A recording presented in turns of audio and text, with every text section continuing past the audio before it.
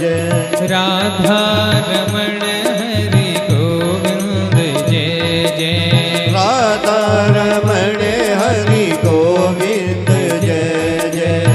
गोविंद जय जय गोपाल जय जय। गोविंद जय जय गोपाल जय जय। राधा रमण हरि गोविंद जय जय। राधा रमण हरि गोविंद जय जय। ब्रह्मा की जय जय विष्णु की जय जय। ब्रह्मा की जय जय विष्णु की जय जय।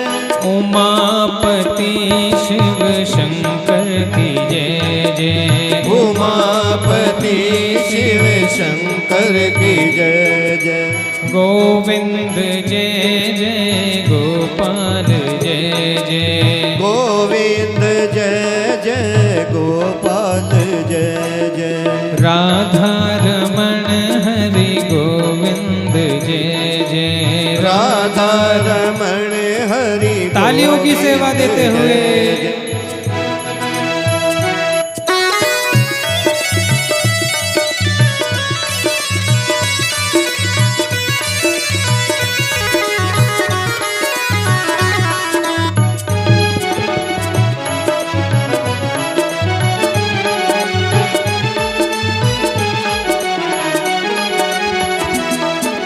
राधा की जय जय रुक्मण की जय जय। ओ राधा की जय जय रुक्मण की जय जय। राधा की जय जय रुक्मण की जय जय। राधा की जय जय रुक्मण की जय जय। मोर मुकुट बंसी वाले की जय जय। मोर मुकुट बंसी वाले की जय जय। गोविंद जय जय गोपाल जय जय। गोविंद जय जय गोपाल। तालियों की सेवा देते हुए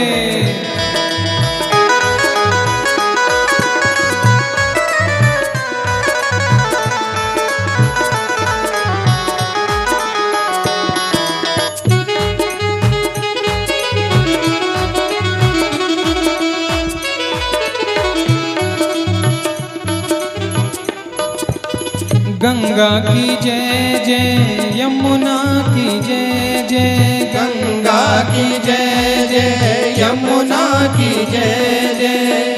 गंगा की जय जय यमुना की जय जय। गंगा की जय जय यमुना की जय जय। सरस्वती त्रिवेणी की जय जय। सरस्वती त्रिवेणी की जय जय। गोविंद जय जय गोपाल जय जय। गोविंद जय जय गोपाल। बोले कृष्ण कन्हैया लाल की।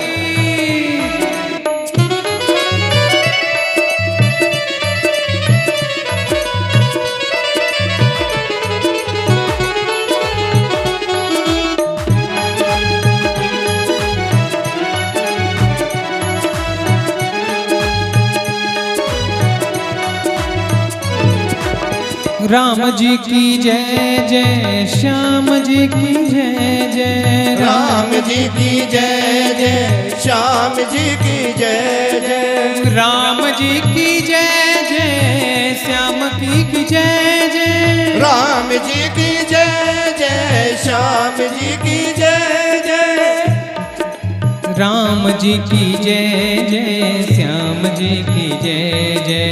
राम जी की जय जय श्याम जी की जय जय। राम जी की जय जय श्याम जी की जय जय। राम जी की जय जय श्याम जी की जय जय। दशरथ कुंवर चारों भैयों की जय जय। दशरथ कुंवर चारों भैया की जय जय। गोविंद जय जय गोपाल जय जय। गोविंद जय जय। तालियों की सेवा देते हुए राधा रमण हरि गोविंद जय जय। राधा रमण हरि गोविंद जय जय। राधा रमण हरि गोविंद जय जय। राधा रमण हरि गोविंद जय जय। गोविंद जय जय। गोविंद जय जय। गोपाल जय जय। गोपाल जय। गोपाल जय जय।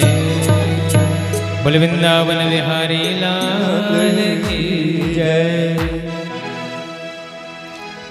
श्रीमद् भागवत कथा ज्ञान यज्ञ में पधारे हुए सभी भक्तजन, माताएं, बहनें, बुजुर्ग, छोटे बच्चे, मेरे साथ में संगीत की कला से मधुर संगीत देने वाले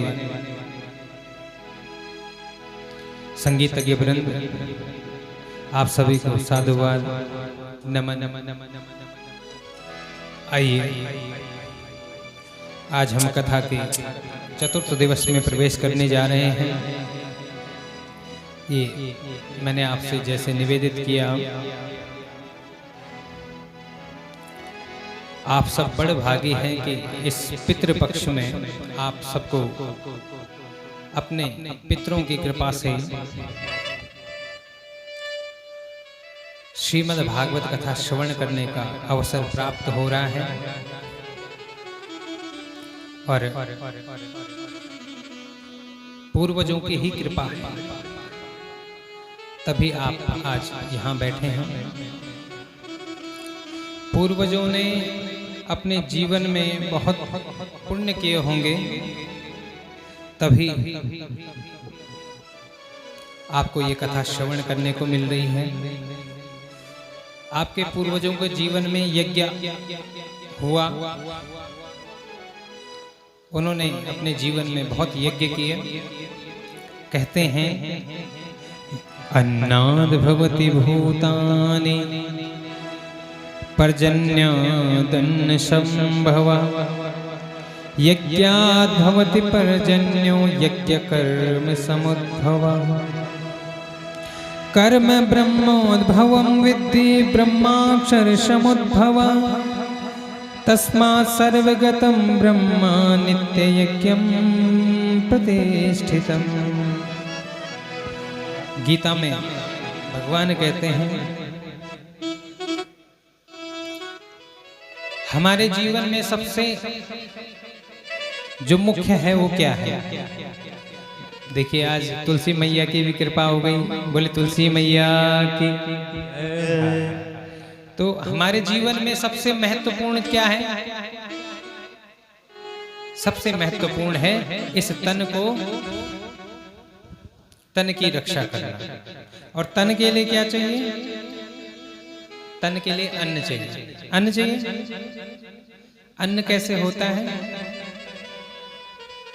अन्नाद भवति भूतानि पर्जन्यादन्न संभव। अन्न तभी हो सकता है जब जल बरसेगा। जल बरसेगा तभी अन्न होगा। और जल कैसे बरसेगा? जल बरसेगा जब यज्ञ होगा। यज्ञ करने से जल बरसता है। हमारे इधर जो भगवानपुर का क्षेत्र है या कहें कि सहारनपुर क्षेत्र है, यहाँ एक ग्राम देवता है, आप सभी जानते होंगे, उनका नाम है खेड़े महाराज। सभी जानते हैं। तो खेड़े महाराज के लिए स्पेशल यज्ञ किया जाता है। जब आप सभी किसानों को खेत में जल की आवश्यकता होती है तो आप प्रतिवर्ष खेड़े महाराज को प्रसन्न करने के लिए क्या करते हैं? यज्ञ करते हैं। तो यज्ञ से क्या होता है? जल बरसता है। अच्छा, यज्ञ किसने बताया कि यज्ञ करना चाहिए? बोले यज्ञ बताया वेद ने। वेद ने कहा ना कि यज्ञ करो। तो वेदों ने हमें बताया कि हमें यज्ञ करना चाहिए। वेद को किसने बताया? बोले वेद में जो अक्षर रूप में ब्रह्म है, अक्षर ब्रह्म यहाँ पर है ना, तेने यम वांग मही मूर्ति प्रत्यक्षा वर्तते हरि। ये जो सामने श्रीमद् भागवत कथा हमारे सामने रखी हुई है, ये भगवान का स्वरूप है। तेने यम ब्रह्म वांग मही मूर्ति। तो इससे क्या प्रमाणित होता है? इससे प्रमाणित होता है कि जो वेद है उसमें ब्रह्म है, और ब्रह्म ने स्वयं ने, भगवान ने स्वयं कहा है कि मैं वेद में अक्षर ब्रह्म के रूप में। तो अक्षर ब्रह्म, अब इसको देखिए, अक्षर ब्रह्म ने बताया वेद को, वेद ने बताया कि यज्ञ करो, और यज्ञ करने से बारिश हुई, और बारिश होने से अन्न हुआ, अन्नाद भवति भूतानि पर्जन्यादन्न संभवा। तो हमारे जीवन में हम क्या कर सकते हैं? हम यज्ञ कर सकते हैं। बोले कृष्ण कन्हैया लाल की जय। तो कल हम कथा में सुंदर हमने भगवान शंकर का विवाह में सभी लोग सम्मिलित हुए। कहते हैं अनन्यश्चिन्तयन्तो मां ये जना पर्युपासिते तेषां नित्याभियुक्तानां योगक्षेमं वहाम्यहम्। भगवान गीता में कहते हैं अनन्य भाव से मेरा चिंतन कर, उसके पश्चात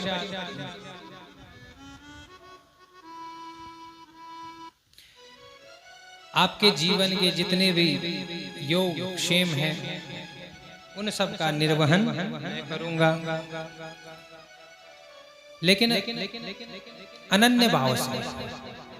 अनन्य भाव से अर्थात पूरी भक्ति से, तभी जाके योग क्षेम का निर्वहन। जब हम भगवान जो सत्ताधारी है उसके हाथ में हम जब सब कुछ दे देंगे, जो हमारे को कर्म का फलदाता भी वही है।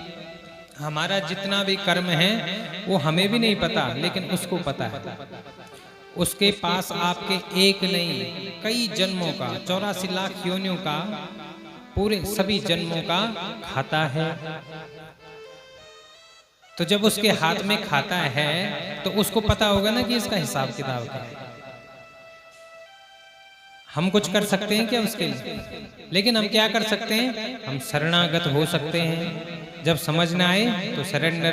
तो यहाँ पर कहा अनन्यश्चिन्तयन्तो मां ये जना पर्युपासिते तेषां नित्याभियुक्तानां योगक्षेमं वहाम्यहम्। एक मंदिर में एक पुजारी जी रहते थे, ध्यान से सुने। मंदिर में पुजारी जी रहते थे। पुजारी जी नित्य गीता का पाठ किया करते थे, और उनको भगवान पर पूर्ण विश्वास था। क्यों?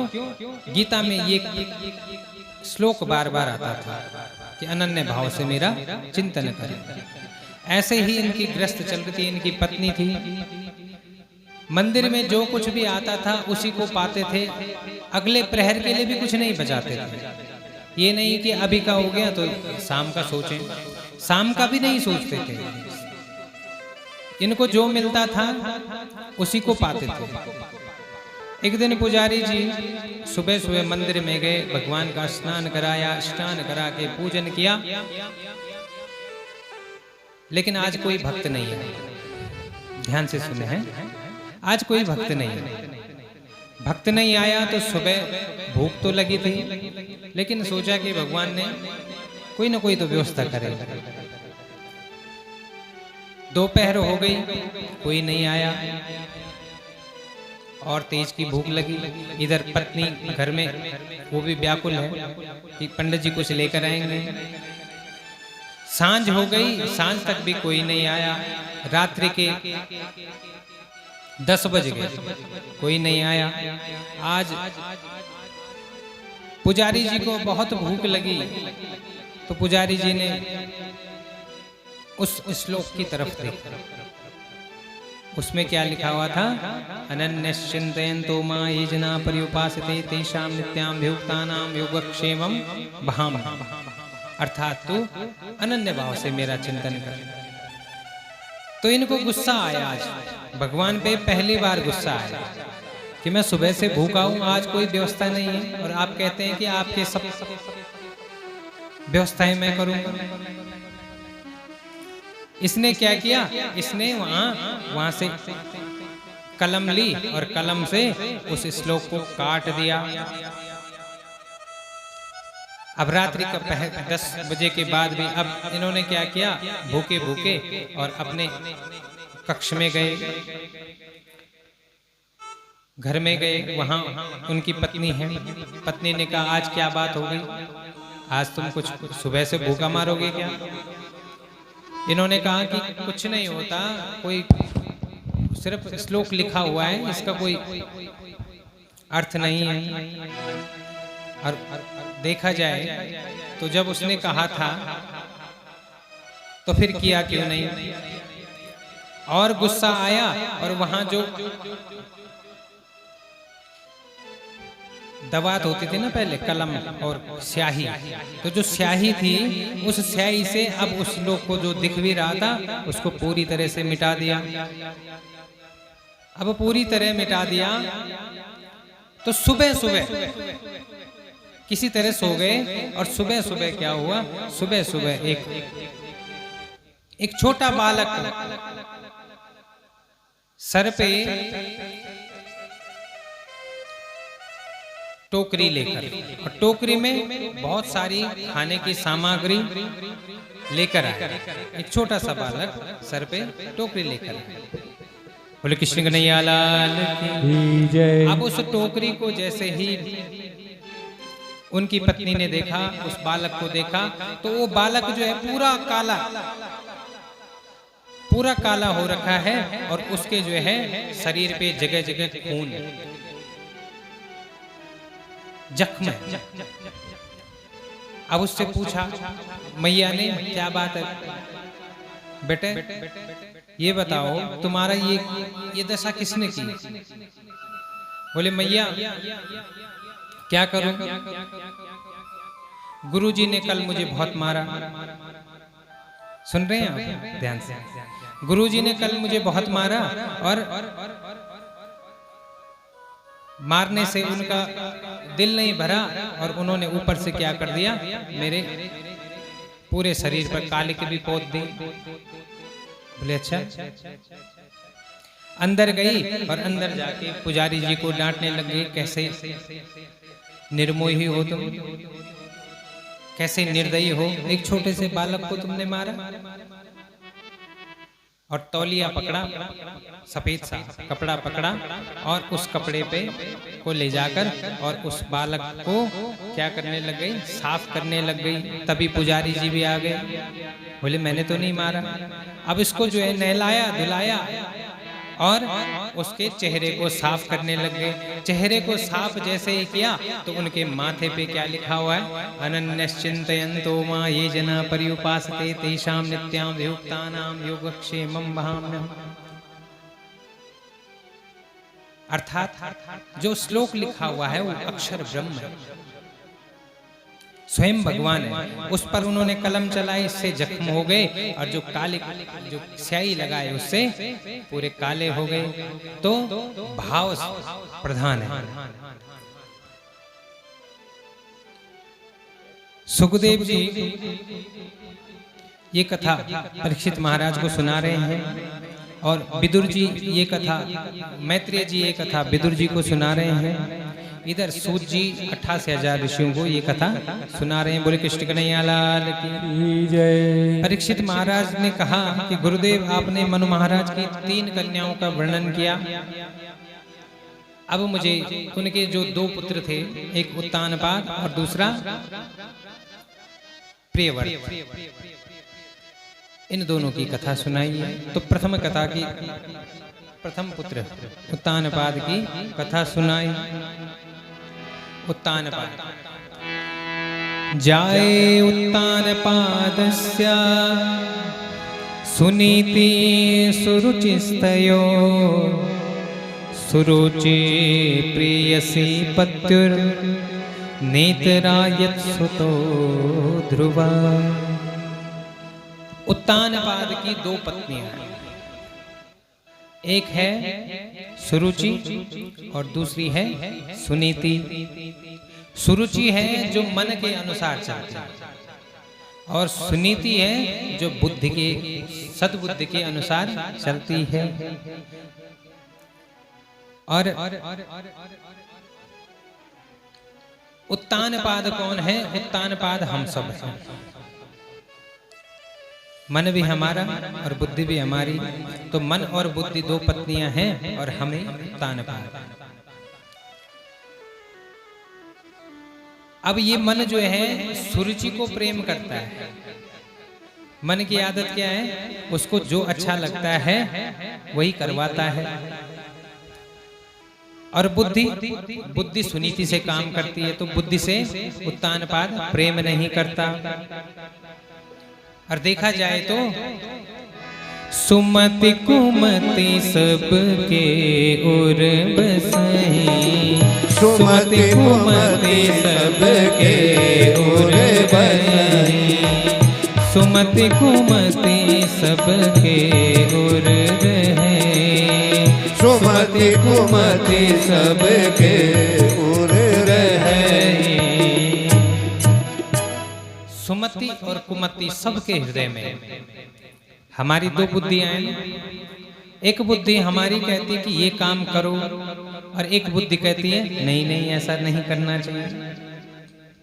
दो बुद्धि। तो ऐसे ही सुमति और कुमति, सुरुचि और सुनीति, वो हमारे।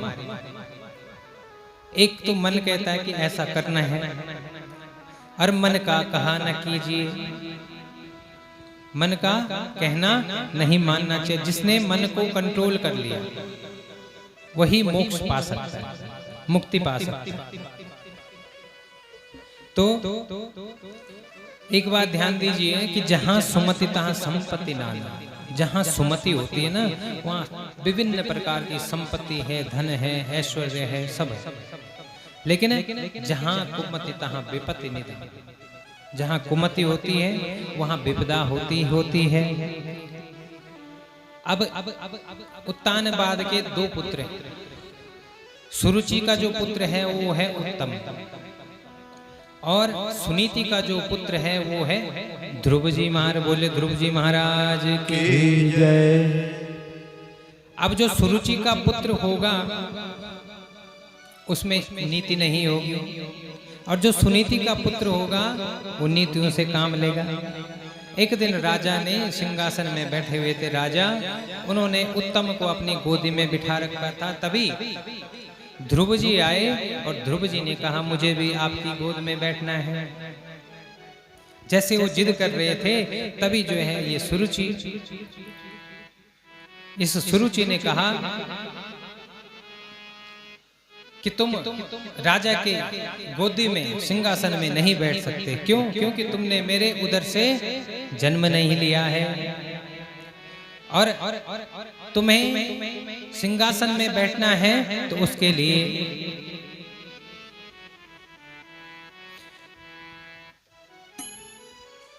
तुम्हें अगर सिंहासन में बैठना है तो उसके लिए पहले तपसा आराध्य पुरुषम तस्यवानुग्रहेण में गर्भे त्वं साधयात्मानं यदिच्छसि तन्नपासनम। अर्थात उस आराध्य पुरुष की तपस्या करो, और तपस्या करने के बाद जब भगवान प्रकट हो जाएं तो भगवान से कहना कि मुझे सुरुचि के गर्भ से मेरा जन्म हो। ये जो सुरुचि है ये अपने गर्भ को भगवान से भी अधिक मानती है। अब जैसे ही ध्रुव ने सुना, ध्रुव अपनी मैया के पास गया। मैया मुझे सिंहासन में बैठना था, लेकिन मेरी छोटी मैया ने आज मुझे डांट दिया और कहा तपसा आराध्य पुरुषम, उस आराध्य पुरुष की तपस्या करो। तो देखिए यहाँ मैया कैसी है, यह है सुनीति, इस नीतियों से काम लेती है। इसने कहा कि ध्रुव, मेरे समझ में आज तक ये नहीं आया कि मैंने मेरे मस्तिष्क में, मेरे हृदय में ये बात क्यों नहीं आई आज तक जो तुम्हें छोटी मैया ने बताया। कितनी अच्छी बात बताई कि तपसा आराध्य पुरुषम। अरे ये सिंहासन तो क्या, तुम्हें जो है जो भी प्रभु का सिंहासन प्राप्त हो सकता है, प्रभु की गोद प्राप्त हो सकती है, तुम उस आराध्य पुरुष की तपस्या करो। बोले कृष्ण कन्हैया लाल की जय।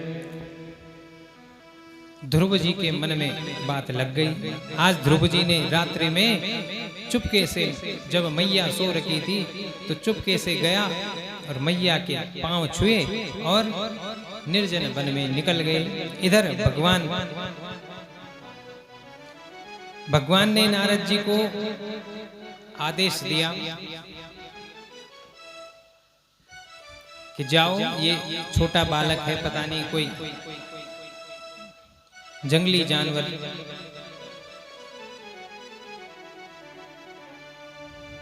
इसके रास्ते में ना आए। तो नारद जी आए, और जिन्हें नारद जी मिल जाते हैं ना,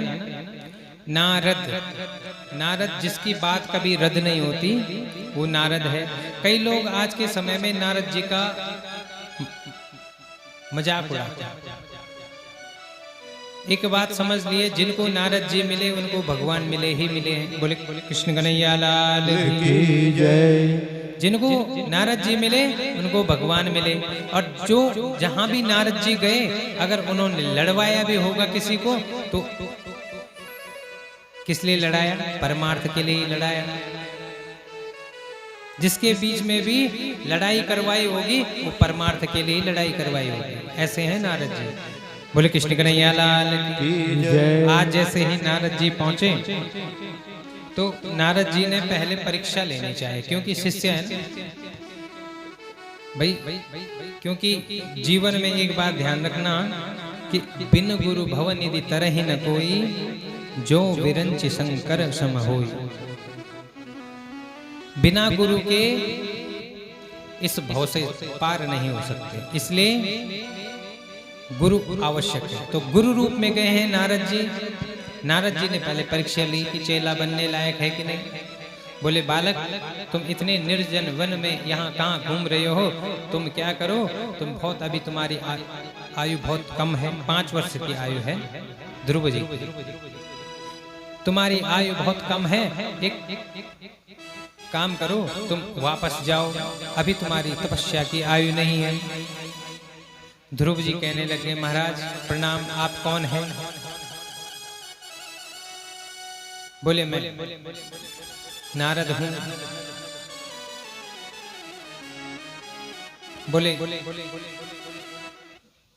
आप देवर्षि नारद हैं और मुझे भगवान की आराधना करने से रोक रहे हैं। आप नारद जी नहीं हो सकते, क्योंकि नारद जी होते तो उन्होंने कहना था बेटा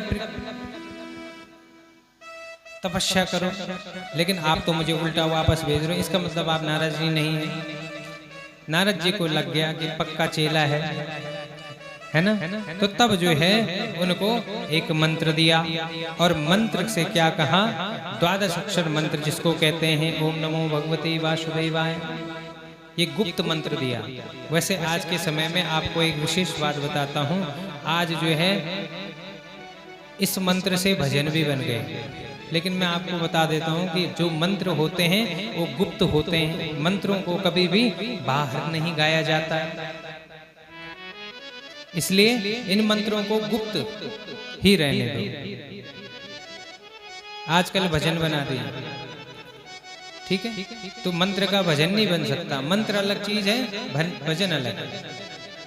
तो गुप्त मंत्र दिया और कहा कि आप जो है तप करो। क्यों?